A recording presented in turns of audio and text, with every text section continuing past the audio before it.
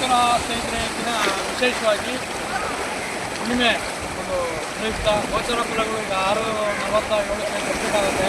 Already ಸೂರ್ಯ ಮುಳುಗಿದ್ದಾನೆ. ಈ ಒಂದು ಸಮುದ್ರ ಸ್ಥಾನ, ನದಿ ಸ್ಥಾನ, ಇಲ್ಲ ಒಳಸ್ಥಾನ ಇದು ಮಾಡೋದ್ರಿಂದ ಒಂದು ವಿಶೇಷವಾಗಿ ಪುಣ್ಯ ಫಲಗಳು, ದೋಷ ಪರಿಹಾರಗಳು ಇವೆಲ್ಲ ಆಗೋವಂಥ ಒಂದು ವಿಶೇಷತೆ.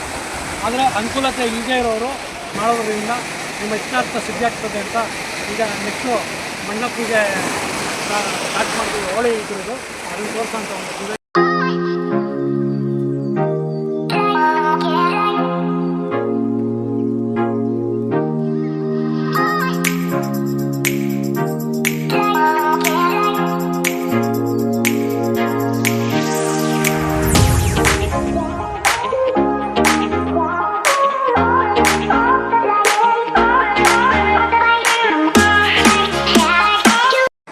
ಸ್ನೇಹಿತರೆ. ಈಗ ಗ್ರಹಣದ ಮೋಕ್ಷ ಕಾಲದ ಹತ್ತಿರದಲ್ಲಿ ಬಂದಿದ್ದೀವಿ.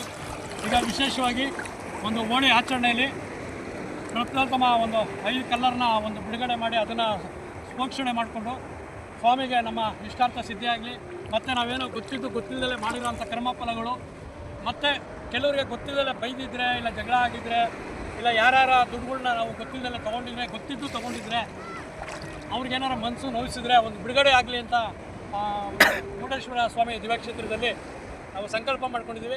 ಸಹನ ಕುಟುಂಬ ಸುಖಿನೋ ಭವಂತು, ಮತ್ತು ಎಲ್ಲರ ಇಷ್ಟಾರ್ಥಗಳು ಸಿದ್ಧಿಯಾಗಲಿ ಮುರುಡೇಶ್ವರ ಸ್ವಾಮಿ ದಿವ್ಯಕ್ಷೇತ್ರದಿಂದ.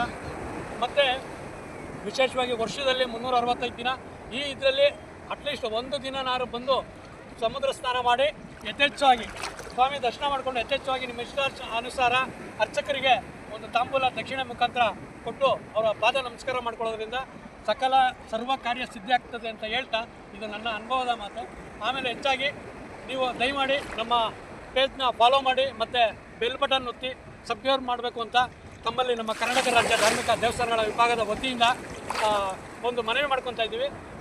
ಈ ವರ್ಷದ ಪ್ರಪ್ರಥಮ ಹುಣ್ಣಿಮೆ ಗ್ರಹಣ ಎಲ್ಲರಿಗೂ ಒಂದು ಪರಿಹಾರ ಕೊಡಲಿ, ಆ ಸ್ವಾಮಿ ಅನುಗ್ರಹ ತಮ್ಮ ಮೇಲೆ ಇರಲಿ ಅಂತ